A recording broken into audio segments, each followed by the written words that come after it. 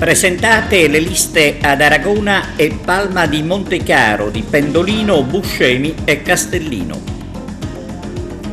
Agrigento si ricandida, intervista al sindaco Miccichè. Nuova area inaugurata a Porto Empedocle.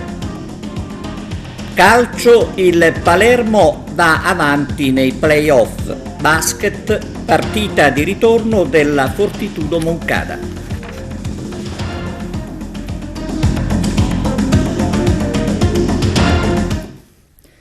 Benvenuti a TVA Notizie. In primo piano la politica. Andiamo ad Aragona, dove il sindaco Giuseppe Pendolino si ricandida e presenta la lista dei consiglieri e degli assessori designati.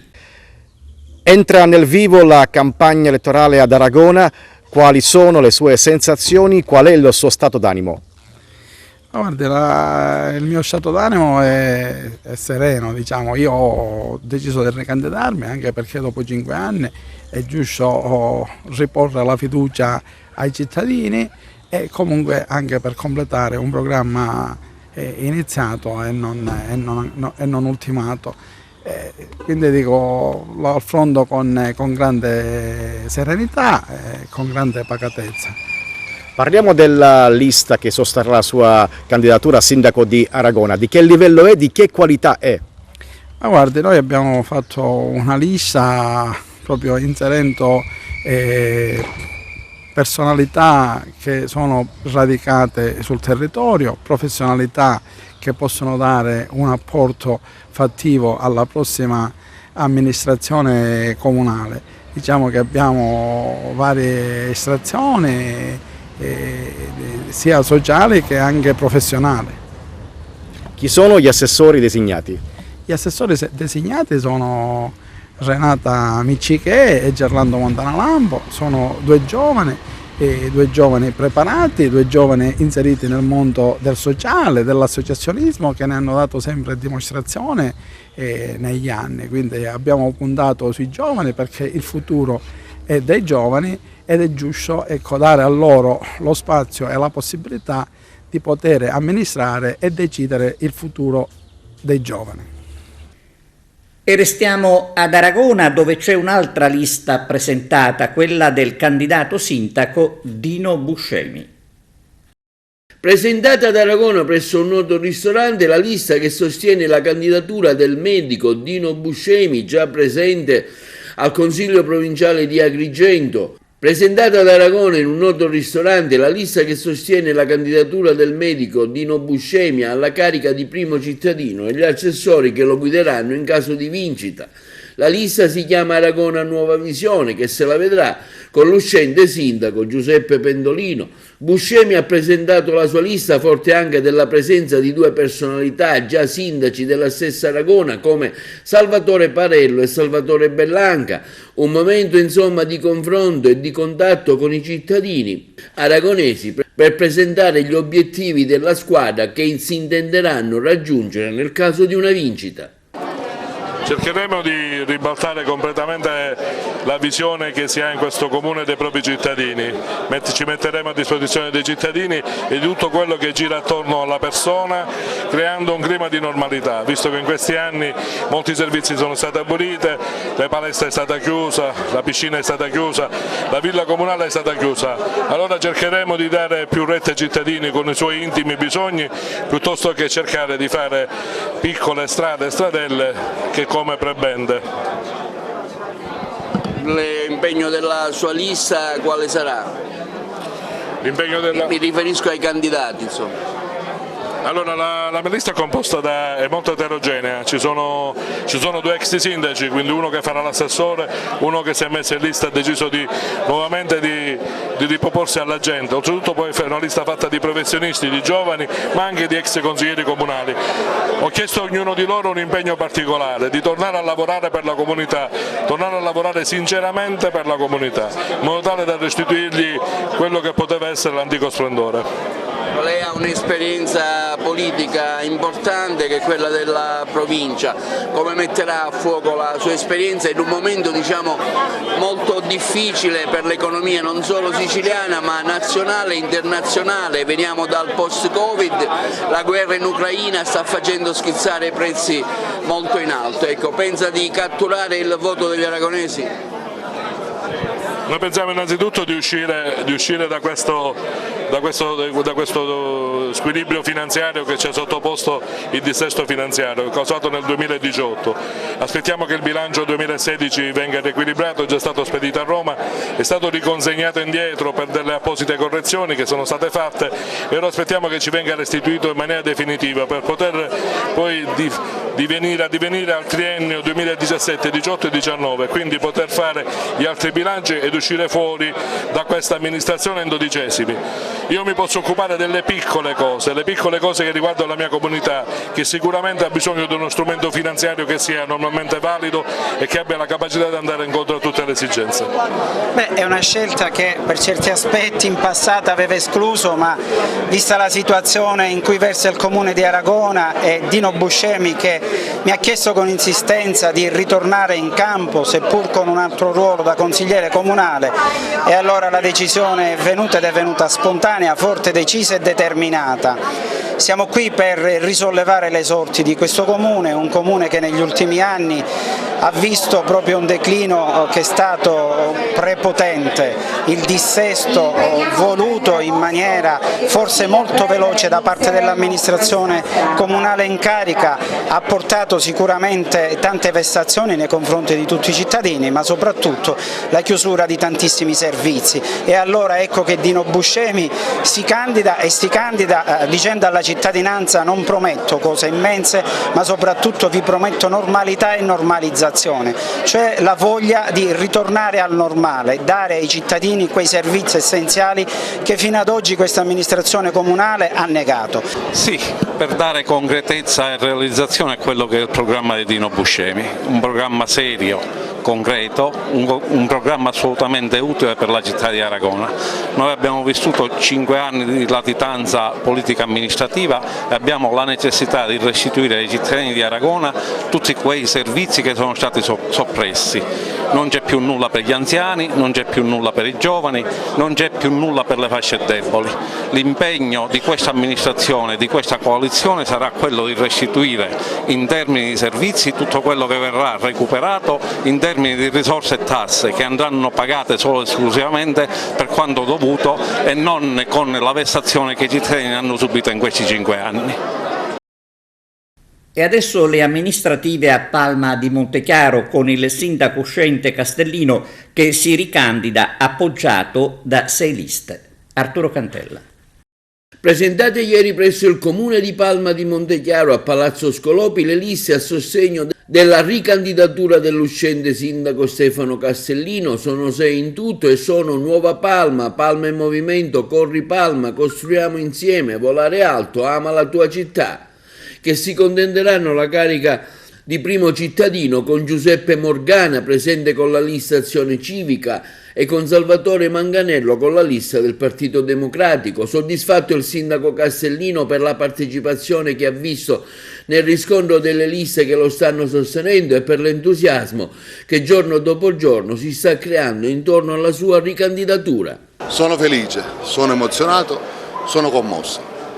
È il giusto, non dovrei dirlo, ma credo che sia il giusto merito e la giusta ricompensa per 5 anni di lavoro senza lesinare sforzi, con un amore infinito per la nostra città. La squadra non solo si riconferma, ma diventa sempre più ampia. Adesso siamo 6 liste e io sono onorato del sostegno di queste 6 liste. Da Nuova Palma, da Ama la tua città, Costruiamo Insieme, Corri Palma, Volare Alto e Palma in Movimento. Sono onorato dell'affetto e del sostegno di decine e decine di giovani, di uomini e donne che hanno messo la loro faccia, la propria storia a sostegno della mia candidatura per non interrompere un processo di cambiamento che ormai è diventato inarrestabile. È il nostro dovere quasi morale vincere per continuare ad amministrare questa città, per continuare quel percorso di rinascimento che la città ha intrapreso. Sono onorato di essere il loro sindaco e il sindaco di questa città. E ancora candidature, ma cambiamo argomento. Agrigento si ricandida a capitale della cultura. Ascoltiamo il sindaco Franco Miccichè, intervistato da Stelio Zaccaria. Agrigento è pronta a ricandidarsi a capitale della cultura. Ci aveva già provato per Agrigento 2020, è arrivata nei primi 10, ma non è bastato. Ora si ricandida, come mai? Ma io penso che ad Agrigento si deve la ricandidatura. È vero che la volta passata non siamo riusciti, però Agrigento ha tutte le carte in regola per poter ricandidarsi. Agrigento è una città di cultura, di arte, di storia, di turismo. 2600 anni non possono passare inosservati, quindi penso che dobbiamo ai nostri concittadini e alla nostra città intera riprovare a candidarsi. Nel passato tentativo non si è riusciti ad ottenere l'ambito risultato, forse sono stati commessi degli errori. Questa volta invece si è organizzati in diversa maniera proprio per essere certi che tutto vada a buon fine. Ma io non parlerei di errori, naturalmente non vince chi è la più bella, non vince chi ha la Valle dei Templi, non vince chi ha la Scala dei Turchi. Purtroppo è molto complesso il progetto da affrontare, bisogna saper sfruttare le nostre bellezze per un futuro. C'è un appuntamento già fissato per l'organizzazione della nuova squadra che dovrà portare Agrigento a diventare capitale della cultura del 2025. Sì, dopodomani, giovedì 19 alle ore 16 all'ex Collegio dei Filippini, noi presenteremo la candidatura a Capitale della Cultura 2025 per Agrigento.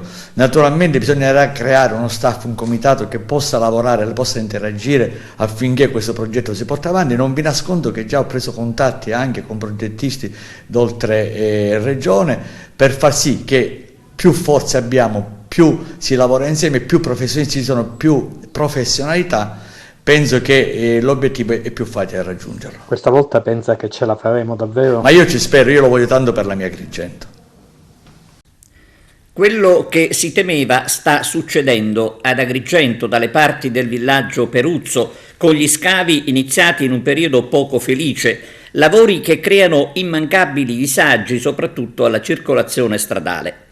Torniamo sull'argomento perché, come fanno notare i residenti nella zona, gli operai il sabato e la domenica non lavorano e così si rischia di arrivare davvero in estate con tutto quello che comporterebbe. I problemi alimentari dei figli, come prevenire e curare. Arturo Cantella. Il ruolo della società, della famiglia, dei social media nei disturbi del comportamento alimentare è stato questo il tema di un evento organizzato dall'Associazione Culturale No Profit Generazioni Consapevoli in collaborazione con l'Azienda Sanitaria Provinciale di Agrigento e con la nascente associazione La Farfalla a Lilla, svoltosi lo scorso martedì 10 maggio alle 18:30 in diretta streaming. L'obiettivo, ha dichiarato la vicepresidente di Generazioni Consapevoli, la professoressa Giovanna Cavaleri, che ha rappresentato temporaneamente l'associazione dopo la recentissima autosospensione per questioni personali e professionali del presidente ingegnere Achille Furioso, è quello di sensibilizzare l'opinione pubblica sulle diverse problematiche connesse ai disturbi di trattamento alimentare, patologia ancora sommersa e poco conosciuta, nonostante costituisca la seconda causa di mortalità giovanile presieduta solo dagli incidenti stradali, destinata ai genitori, agli educatori, ai docenti, ai professionisti, agli esperti professionisti e adolescenti. L'iniziativa formativa ha centrato l'obiettivo suddetto di affrontare le difficoltà relazionali ed educative di oggi in vari contesti, a partire dalla famiglia, ma anche nella scuola, nelle associazioni e nel sociale, che spesso sono associati a problemi legati a disturbi alimentari. L'evento, condotto dall'avvocato Sabrina Tavolacci nella sua qualità di vicepresidente dell'associazione organizzatrice, ha visto anche la presenza della dottoressa Angela Bruno, psicologa, psicoterapeuta, responsabile del centro metabole di Agrigento, di Deborah Principato, presidente dell'associazione La Farfalla a Lilla, di Fabiola, una ragazza che ha reso una dedica toccante testimonianza condividendo la propria esperienza, squarciando il velo del silenzio che purtroppo ancora regna in materia. C'è stata anche la partecipazione di Flavia Bugea, una studentessa referente di giovani GAC e referente della consulta giovanile studentesca di Agrigento. In linea generale ha formato la dottoressa Angelo Bruno i segnali di disturbo alimentare da contestualizzare nelle situazioni particolari. Possono essere variazioni significative nelle abitudini alimentari o in senso restrittivo o di esagerazioni associate a chiusura relazionale e variabilità di umore. Inoltre, per la dottoressa Bruno, gli interessi dei ragazzi tendono a restringersi e si fa sempre più spazio alla preoccupazione per le forme corporee, per il peso. Quindi la vicepresidente Tavolacci ha ringraziato il consiglio direttivo di Generazioni Consapevole e i soci tutti per il prezioso supporto offerto ai social manager Picone e Callari che hanno curato la regia della piattaforma durante l'evento. Pandemia e guerra aumentano la richiesta di un supporto psicologico. Per affrontare le nuove esigenze è stato organizzato un convegno dal 2 al 5 giugno ad Arezzo con la partecipazione di esperti da tutto il mondo.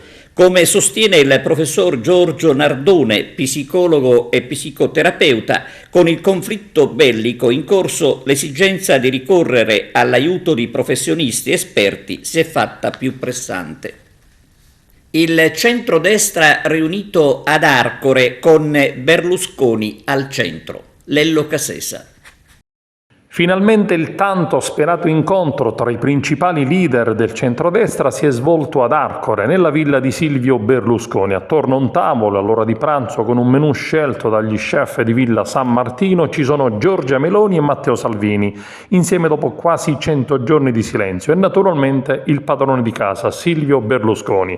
Ordine del giorno è affrontare le divisioni sulle candidature alle amministrative in tutto il paese e la difficile riconferma del presidente siciliano Nello Musumeci. Temi molto caldi anche sul tema della legge elettorale che vede in accordo Lega e Forza Italia contraria al ritorno al proporzionale voluto fortemente da Fratelli d'Italia.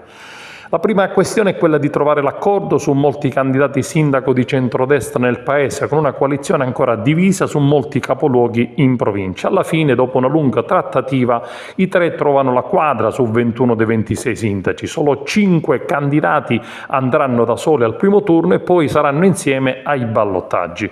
Sul tavolo la situazione Sicilia, con la precisa e determinata volontà del partito della Meloni di chiudere subito sulla riconferma di Musumeci e la melina calcistica della Lega di perdere ancora tempo, mentre il Cavaliere, convinto sostenitore dell'unità del centrodestra, si sbilancia su un sì a Musumeci, provocando reazioni a catena. E infatti Berlusconi a dichiarare dopo l'incontro ai cronisti presenti: abbiamo parlato di come sono andate le scelte dei candidati per le prossime elezioni amministrative. Per quanto riguarda le città più importanti abbiamo trovato l'accordo per 21 città, su 5 l'accordo non è stato ancora trovato per pure contrapposizioni locali persona contro persona, ma siamo sicuri che negli eventuali ballottaggi troveremo l'accordo. Dopo qualche ora arriva la dichiarazione di Meloni che puntualizza alcune questioni dopo l'incontro. È sicuramente positivo essersi incontrati, ma l'unità della coalizione non basta declamarla, occorre costruirla nei fatti, a partire dalla non ufficializzata ricandidatura del presidente uscente Musumeci in Sicilia, su cui la personale dichiarata disponibilità di Silvio Berlusconi si è fermata di fronte alla richiesta di Matteo Salvini di ritardare l'annuncio del candidato. È assolutamente necessario, ribadisce Giorgia Meloni, ufficializzare la ricandidatura di Musumeci per non indebolirlo in vista delle regionali d'autunno, favorendo così la sinistra. E dalle perplessità del CAV, motivate da alcuni sondaggi, Fratelli d'Italia replica sottolineando come un'alternativa vera al governatore uscente ad oggi non esista proprio. Il 23 maggio ricorre l'anniversario della strage di Capaci. Oggi Giovanni Falcone avrebbe compiuto 83 anni. Era nato il 18 maggio 1939 ed era cresciuto nel quartiere palermitano della Calza. La casa è piena di persone in Sicilia, si usa così quando muore qualcuno e ti trovi intorno anche chi di solito a stento saluti. Il dirimpettaio avaro di parole e sorrisi, quello che incroci in ascensore. È il rituale del cordoglio, la liturgia della morte e va osservata. Solo con gli anni ho capito quanto quella partecipazione fosse sentita e andasse ben oltre il rispetto delle tradizioni. Il tempo mi ha rivelato che molti erano lì a testimoniare la sofferenza per una perdita che non era solo un fatto privato, ma una ferita inferta alla coscienza di una intera città. Sto in silenzio. Giovanni era un uomo eccezionale, un eroe, dicono. Non rispondo. Giovanni non si è mai considerato un eroe e penso che, se li sentisse, sorriderebbe imbarazzato. Non era un eroe. Di quelle conversazioni scontate dei convenevoli del lutto conservo una memoria sfocata. Era come se mi guardassi dal di fuori, perché io, quel che è accaduto a Giovanni, l'ho saputo così da un telegiornale un sabato pomeriggio di maggio, mentre preparavo la torta per il suo compleanno, panne e fragole, come la faceva la mamma. Nessuno aveva avuto il coraggio di dirmi nulla, nemmeno Elisa, la mia migliore amica. Mi aveva fatto una strana telefonata nel pomeriggio, avevo un tono diverso dal solito, ma avevo fretta e avevo tagliato corto senza approfondire. Aveva richiamato chiedendo di passarle a mio marito e guardandolo mentre parlavano avevo capito immediatamente che era accaduto qualcosa di brutto. Giovanni, m'ero detta, non credo nei presentimenti, ma non mi sono mai spiegata perché in quel momento non mi siano venuti in mente i miei figli, perché il mio primo pensiero fu proprio lui. Accendiamo la TV. C'è stato un attentato al giudice Falcone. Sembra sia solo ferito. Non si conoscono le condizioni della scorta. Le notizie sono confuse. Ancora non si sa niente di mia cognata Francesca e dei poliziotti. Sullo schermo soccorrono le immagini dell'asfalto sventrato, delle carcasse, delle blindate, sottosopra, coperte, da teli di plastica, delle lacrime degli agenti. È vivo, mi ripeto, è ferito ma è vivo. I momenti successivi sono ricordi veloci e indistinti. Prendo il telefono e chiamo in questura, sono Maria Falcone, sorella di Giovanni. Dov'è mio fratello? Non so chi ci sia dall'altra parte, mi chiede di restare in linea. Per un po' sento solo il gracchiare della radio, poi prende la cornetta un funzionario. Si capisce dal tono che è uno che è abituato a dare ordini. Voglio sapere dov'è. Capisce allora che ha esagerato, cambia atteggiamento e mi informa che è all'ospedale civico. Mi metto in macchina con mio genero e corriamo. Lì lavora un medico che conosciamo da anni, può aiutarci, penso. Davanti all'ingresso trovo i colleghi e familiari di Vito Schifani, Rocco Di Cillo e Antonio Montinaro e i ragazzi della scorta. Chiedono notizie. Chi ha già saputo piange le sue lacrime. Riconosco Paolo Borsellino, lo vedo da lontano, mi viene incontro e mi abbraccia singhiozzando, mi dice Giovanni è morto tra le mie braccia. Per radio cominciano ad arrivare le notizie su Francesca. Sembra che si sia salvata, che abbia le gambe fratturate, ma nessuna lesione importante. Ripenso a quando Giovanni ce la presentò, la sua dolcezza, la sua forza. Francesca è stata una di famiglia dal giorno prima, intelligente, premurosa. Non ha mai esitato a mettere davanti a tutto suo marito, che amava immensamente. Scendo dalla macchina per tornare all'ingresso del pronto soccorso e chiedo del nostro amico medico. Lui di certo mi farà entrare. Riesco solo a convincere un giovane agente a farmi passare in sala d'attesa. Da lì spero di intercettare Francesca, di poterle parlare. Aspetta invano, provando ad afferrare le parole dell'infermiere che passa correndo. Di colpo mi sento esausta. Non c'è nulla che possa fare lì e decido di tornare a casa dai miei figli. Bussano alla porta, mio marito si alza e per l'ennesima volta va ad aprire. È il medico del civico che a lungo avevo cercato. Mi viene incontro e capisco subito che anche Francesca è morta. Per un istante, da quando tutto è cominciato, non riesco a controllare la rabbia. È morta anche Francesca.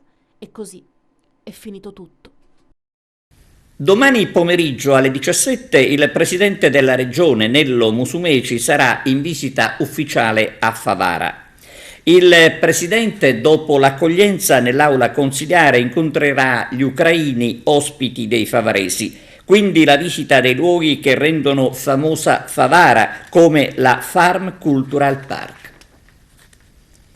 Il sindaco di Naro, Maria Grazia Brandara, interviene contro gli sporcaccioni incivili che non si curano dei luoghi adiacenti la diga di San Giovanni. Stamattina, prima di andare in ufficio, sono voluta passare dal lago da questo splendido posto che potrebbe essere meta di turisti ma anche dei nostri concittadini naresi. Con mio grande rammarico, oltre a vedere come al solito la bellezza di questo luogo, con mio grande rammarico ho notato quello che una sparuta minoranza di persone incivili combina in questo lago. Allora, dobbiamo intenderci. Io sono quasi convinta che non si tratta di miei concittadini, perché il narese comunque ama la propria terra e non la sporcherebbe in questo modo. Ad ogni buon fine, adesso sto tornando al comune e farò tutti gli atti necessari per poterci dotare delle fototrappole, perché noi dobbiamo assolutamente evitare che esista questo scempio, che vi farò vedere, perché ho visto, ringrazio chi l'ha postato, ho visto un video, volevo accertarmi di persona di quello che sta succedendo e allora non faremo sconti a nessuno, saremo inflessibili rispetto a queste cose. Dobbiamo comprendere che la difesa dell'ambiente significa difendere il futuro dei nostri figli. Vogliamo continuare a sporcare, vogliamo continuare. Mi dicevano, qualcuno ha avuto il buonsenso di toglierlo, che addirittura nello specchio d'acqua hanno buttato un frigorifero. Ma dico, siete abituati a vivere nella melma, mi dispiace dirlo. Quindi, per favore, quello che non riusciamo a farvi a convincere con l'educazione, ricordandovi quello che bisogna fare, lo faremo con le giuste contromisure. Quindi multe elevatissime e nessuno si lamenti, perché non verrà tolta neanche un euro dalle multe salate che noi riusciremo a prendere.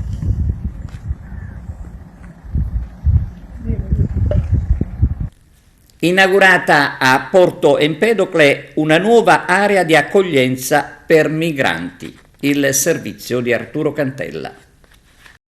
Inaugurata stamani al porto di Porto Empedocle, nell'area adiacente all'attuale tensostruttura, l'area di transito allestita dalla prefettura di Agrigento in collaborazione con gli altri enti, la Questura, il Dipartimento Nazionale dei Vigili del Fuoco, l'Autorità Portuale, Comune di Porto Empedocle, Croce Rossa Italiana, Enel, per le procedure connesse alla temporanea accoglienza dei migranti. L'area è stata messa a disposizione dal sindaco del Comune di Porto Empedocle. Questa struttura nasce dalla volontà del prefetto e dalla collaborazione di tutti. Vigili del Fuoco, Forze dell'Ordine, Croce Rossa, ASP, organizzazioni non governative, perché abbiamo sentito l'esigenza di creare un presidio di transito dei migranti, in quanto la tendostruttura ormai è inagibile. Questo è un luogo in cui vengono approntati i servizi minimi per far sì che le persone che sbarcano nelle nostre coste o per qualche motivo scendendo dalle navi quarantena, che comunque ormai si avviano alla conclusione del loro mandato, o sbarcano da Lampedusa e hanno necessità di sostare per il tempo strettamente necessario prima di andare nelle strutture deputate ad accoglierli, quindi c'è bisogno di un momento di ospitalità. Ecco, questa tenda che si chiama tenda sociale è stata fornita dal Dipartimento dei Vigili del Fuoco, ovviamente d'intesa con il Dipartimento Libertà Civili, è stata montata da personale appositamente venuto da Roma e abbiamo qui anche, abbiamo fatto un accordo con il sindaco perché questo è un terreno nella disponibilità del comune. L'UNHCR ci ha fornito queste casette, chiamiamole così, abbiamo anche la disponibilità di un container, ne arriverà un altro da utilizzare come deposito. Diciamo che ci sono tutti gli elementi essenziali, quindi area di sosta, presidio sanitario, presidio delle forze dell'ordine, perché c'è l'ufficio immigrazione, la scientifica e anche, come dire, un momento tutte le procedure di individuazione e di identificazione saranno fatte e quindi questa è una struttura che funzionerà quando ci sarà bisogno, quindi non è un presidio permanente. Tra l'altro vi dico che è anche una caratteristica di provvisorietà, perché stiamo lavorando per una struttura dedicata che sorgerà nella zona del caos, in un'area un po' più defilata, messa a disposizione dall'autorità di sistema. Quella sarà, diciamo, poi quella effettiva? Quella sarà quella effettiva. Comunque qui abbiamo fatto un piccolo centro per tutte queste necessità, e visto come va l'andamento dei flussi, io credo che ce ne sarà bisogno. Già stamattina mi dicono che è già stata utilizzata, per dirvi. Che capienza ha? Allora, se voi vedete la tenda, in realtà noi abbiamo pensato ma massimo una cinquantina di persone, ma sono persone che non dormiranno qui, persone che stazioneranno ore, ecco, nella peggiore delle ipotesi, anche perché insomma adesso vediamo di climatizzarla, e questo è quello che un po' manca, però non più di tanto, ecco. Però siccome c'è anche tutta quest'area esterna, è chiaro che la struttura o le strutture si prestano proprio a un utilizzo che purtroppo è sempre modulare in relazione a quelle che sono le esigenze. Per l'aspetto sanitario, che è sicuramente quello più importante. Allora, qui l'ASP farà le sue visite e se necessario farà i tamponi, come si faceva alla tendostruttura. In questo momento a Lampedusa c'è la nave Diciotti che sta imbarcando tra oggi e domani, adesso vediamo i tempi, almeno 500 persone, e ne abbiamo trasferiti altre 350 anche tra ieri e l'altro ieri.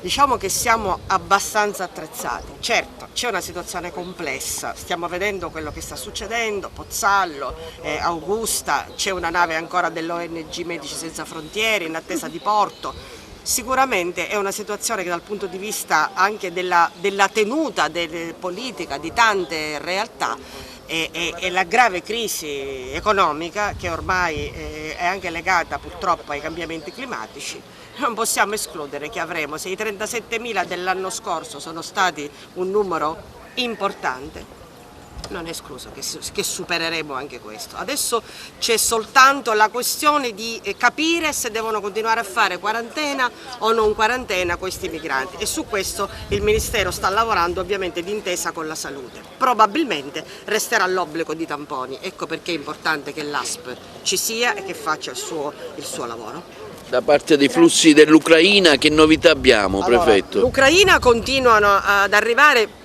un po' come ho detto in altre occasioni alla spicciolata, credo che siamo intorno a 300, ma tutti sistemati autonomamente, che in questo momento non stanno dando nessun problema. Noi avevamo ricevuto già nel mese di dicembre una richiesta da parte della prefettura, dalla Sua Eccellenza il Prefetto, che metteva in evidenza come la tendostruttura, che per anni aveva assistito i migranti provenienti da Lampedusa, era in condizioni inagibili.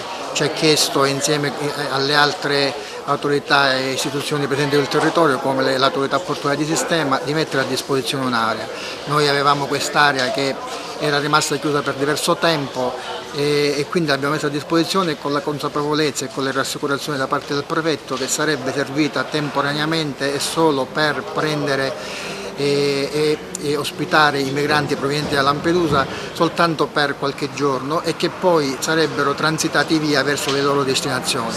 Questo spazio, questo allestimento è propedeutico alla realizzazione di una struttura definitiva che sarà realizzata tra i vecchi mini dissalatori e la galleria del caos, spostata verso più Agrigento. Però oggi vi era la necessità di realizzare una nuova struttura accogliente, efficiente, in modo tale da poter dare ospitalità a tutta quella gente, come è stato detto poc'anzi, che attraversa il Mediterraneo per avere una speranza di vita migliore.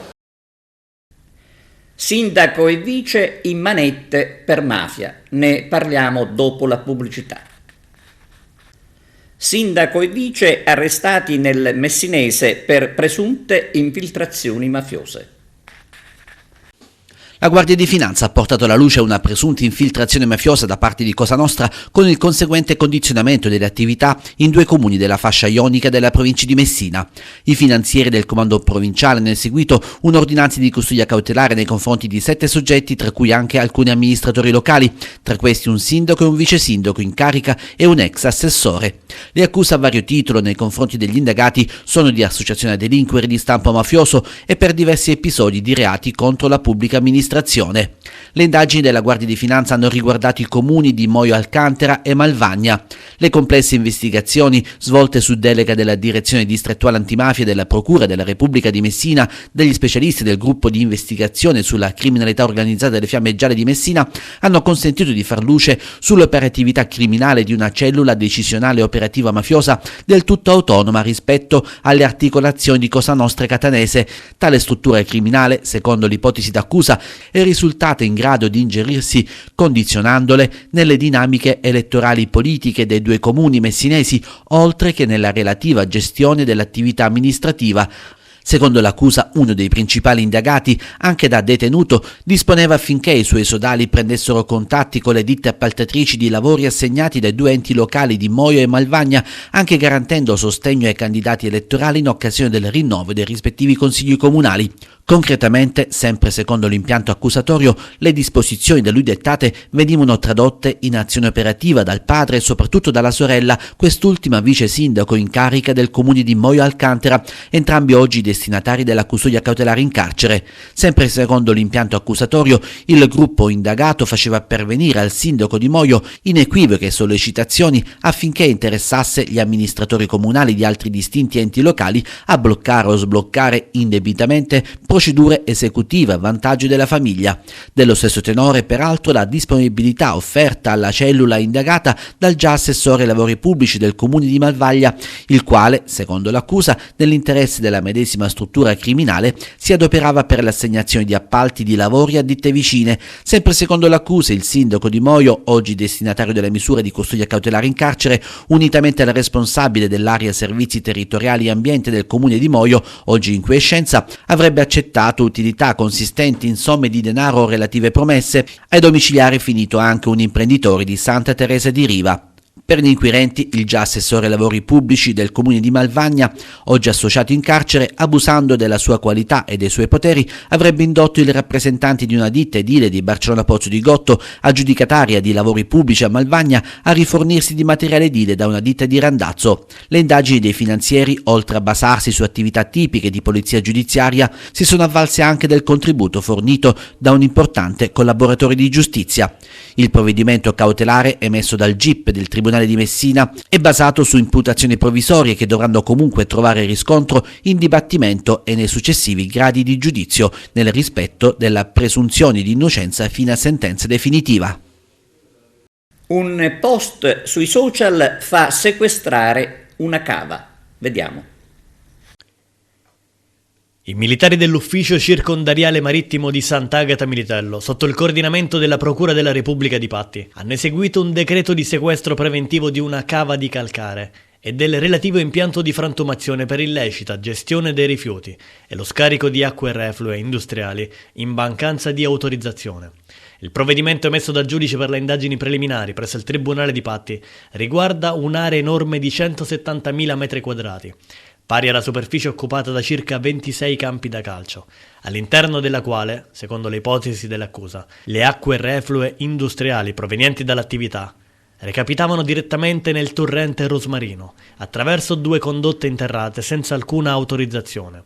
Nell'area di cava avveniva inoltre l'illecito recupero dei rifiuti derivanti dalle operazioni di lavaggio del materiale inerte ed il deposito incontrollato di rifiuti speciali pericolosi. L'indagine avviata circa 6 mesi fa è scaturita a seguito di un post apparso sui social network in cui emergeva una colorazione insolita delle acque del torrente Rosmarino che aveva attirato l'attenzione del personale della Guardia Costiera, facendo scattare i primi controlli. Le verifiche hanno permesso di accertare, salvo diverse valutazioni giudiziarie, nei relativi gradi di giudizio e fermo restando il generale principio di non colpevolezza sino a sentenza passata in giudicato, che tali acque provenivano da una cava di calcare e dall'impianto di frantumazione ad esso asservito, i quali operavano in assenza di autorizzazione allo scarico. Dalle analisi analitiche effettuate sui campionamenti dei reflui prodotti dall'attività, era emerso inoltre che scarichi con quelle caratteristiche, soprattutto se persistenti, avrebbero potuto avere un impatto sul corpo idrico, deteriorando l'habitat ed incidendo sulla fauna e flora presenti nel sito, in quanto presentavano valori 750 volte superiori ai limiti di legge. Da queste prime risultanze investigative nascevano quindi ulteriori approfondimenti, con il coinvolgimento dell'ARPA Sicilia e della città metropolitana di Messina, che portavano all'individuazione di ulteriori condotte illecite nel campo dei rifiuti. In particolare il materiale estratto dalla cava, prima di essere venduto, era sottoposto ad operazioni di frantumazione e lavaggio, che determinavano la produzione di un grande quantitativo di fanghi, i quali venivano successivamente reimmessi in modo illecito all'interno della cava stessa, in aree non più destinate all'attività estrattiva. In un'altra area della stessa è stato invece riscontrato il deposito incontrollato di rifiuti speciali pericolosi, tra cui un mezzo pesante fuori uso. Il GIP, ritenendo sussistente il pericolo di reiterazione dell'illecito, ha quindi disposto il sequestro preventivo di tutta l'area. Rapporto ecomafie in Sicilia. I dati di Lega Ambiente presentati a Palermo.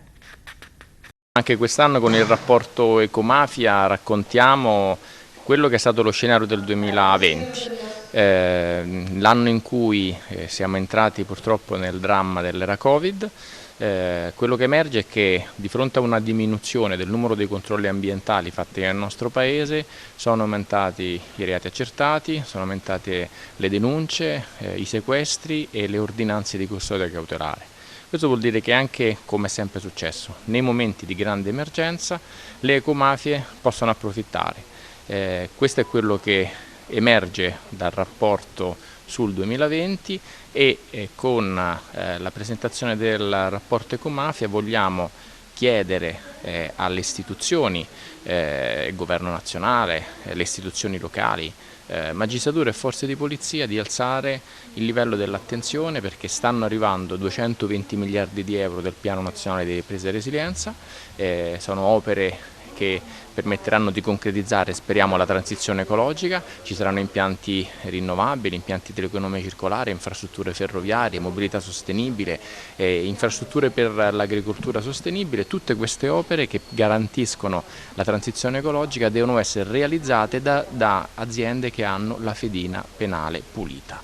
Ed è per questo fondamentale stringere la maglia dei controlli per evitare che attraverso i lavori del Piano Nazionale di Ripresa e Resilienza possano infiltrarsi le aziende collegate alle mafie. La Sicilia anche in questa edizione del rapporto Ecomafia, che è relativa ai dati dell'anno 2020, ne esce penalizzata in termini di dati complessivi e anche di tipologia di illegalità ambientale riscontrate.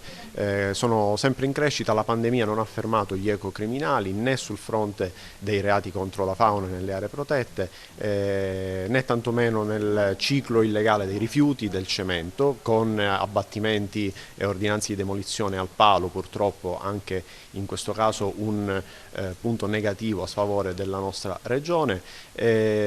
Insomma, noi chiediamo che su questo fronte ci sia un impegno, che continui l'impegno sul fronte dei controlli e che ci sia anche un salto in avanti, un salto di qualità della politica nei confronti appunto delle normative in questo senso.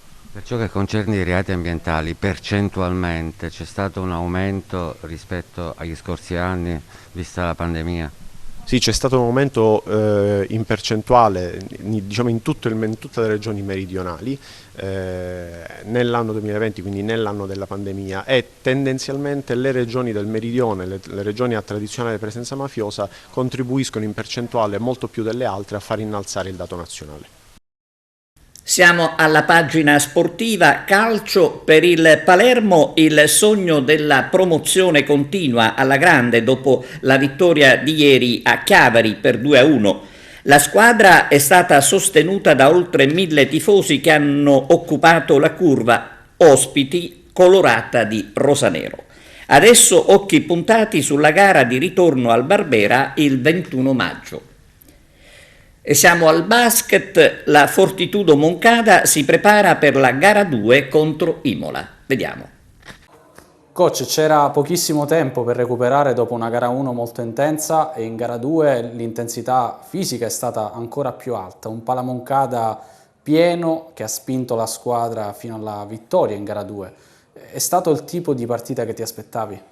Sì, ci aspettavamo questo tipo di partita, avevamo già assaggiato in gara 1 Imola, sappiamo che è una squadra intensa, che è una squadra fisica, che è una squadra che può fare tanto canestro, così come stasera ha trovato canestri difficili ma che sono nelle corde di un giocatore incredibile come Carnovali. Noi abbiamo approcciato bene perché i 10 punti del primo periodo testimoniano l'idea che volevamo dare alla partita e l'impronta che volevamo dare alla partita. Ce l'abbiamo fatta nel primo periodo, Carnovali nel secondo ha aperto un pochino le loro realizzazioni con dei canestri, ripeto, difficili, che sicuramente potevamo difendere meglio, ma erano comunque canestri molto difficili. Siamo riusciti a rimanere aggrappati alla partita sempre, nonostante i loro break. Abbiamo chiuso con 57 punti subiti una gara 2 in casa, giocando di carattere, giocando di energia, difendendo i possessi chiave in maniera importante, difendendoli insieme. Siamo rimasti insieme per 40 minuti, quindi devo dire bravi ragazzi, era la partita che ci aspettavamo. Sappiamo che la serie è questa, sappiamo che il ritmo è questo, sappiamo che l'intensità è questa. Ringrazio il pubblico che ci ha spinto per 40 minuti, per noi è stato un aiuto incredibile. Adesso sappiamo che l'intensità crescerà ancora, abbiamo 2 giorni da qui alla partita, è un viaggio da fare, dovremo andare da loro che sappiamo essere un campo molto caldo. La stagione racconta di una squadra che in casa si trasforma, che ha un fattore campo importante perché hanno un grande pubblico, quindi sappiamo che la serie è questa. Devo dire che volevamo ripartire dalla difesa della seconda metà della prima gara. Siamo partiti da quello, abbiamo chiuso con 57 punti subiti, questa è la strada per continuare a costruire i nostri successi e provare a chiudere la serie ad Imola. Di questi 57 punti subiti, più di 30 sono stati subiti appunto nella prima parte di gara, nella seconda meno di 20. Può essere questa una chiave di lettura in vista di gara 3 e gara 4 a Imola? Ma credo che parte dei 33 punti, se non erro, almeno 3 canestri nel secondo periodo da 3 punti di Carnovali ci avevano un po' tagliato le gambe. Onestamente penso che senza quei 3 canestri comunque avessimo prodotto una buona prova difensiva anche nella prima metà, quindi non farei un grande distinguo perché siamo stati abbastanza costanti, tranne alcune disattenzioni che però all'interno di una partita ci stanno. Sicuramente il fatto all'inizio di essere riusciti a tenere e a non aver acceso i loro tiratori ci ha permesso anche di correre il campo. Nella seconda metà loro sono riusciti a realizzare di più, a prendere tanti rimbalzi, a prendere rimbalzi in possessi importanti in attacco, quindi a giocare talvolta di tap-in, talvolta a conquistarsi extra possessi. Quello dobbiamo riuscire ancora a rimarlo, ma i 44 rimbalzi totali che abbiamo catturato, i 57 punti subiti, devo dire che sono 2 dati che rappresentano bene quella che era la nostra volontà di costruire questo successo e del fatto di volerlo fare nella metacampo difensiva. Dovremmo ripartire da lì perché non possiamo pensare di andare ad Imola e pensare di fare una partita offensiva, dobbiamo fare una partita difensiva altrettanto importante, quindi ripartiamo da questi 57 punti. Quanto è importante a livello psicologico partire dal 2-0? È importante, ma credo che nei playoff siano partite senza domani, perché alla fine all'interno di una serie ovviamente ogni successo fatto da chi è fuori casa ovviamente può ribaltare il fattore campo, ogni successo di chi è in casa semplicemente ci permette di continuare la serie. Sappiamo che se vogliamo chiudere la serie ad Imola dovremo fare una partita importante sia dal punto di vista difensivo che dal punto di vista offensivo. Ribadisco, sappiamo che la serie è difficile, l'abbiamo visto e l'abbiamo assaggiato in queste 2 partite, dobbiamo andare là sapendo che adesso il grado di difficoltà cresce perché siamo in casa loro.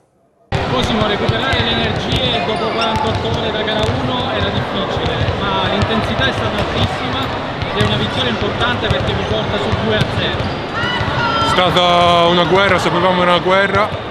Dopo gara 1 dovevamo ripartire dalla nostra intensità difensiva.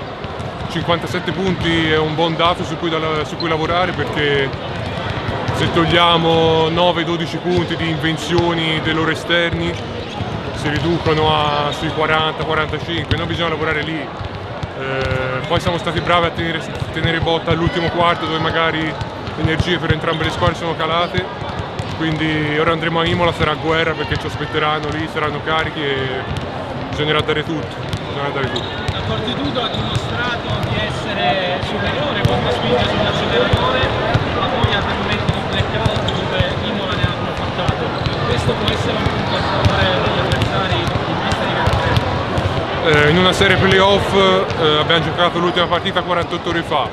La prima è sempre la più difficile perché non sai contro chi giochi e appunto nella seconda gara loro ci conoscevano, sapevamo cosa potrebbero fare, se cambiano le carte in tavola o no, quindi è molta strategia, molta tattica, siamo stati bravi e vedremo in gara 3 di dare tutto e portarla a casa. Dove è stata più forte la partita?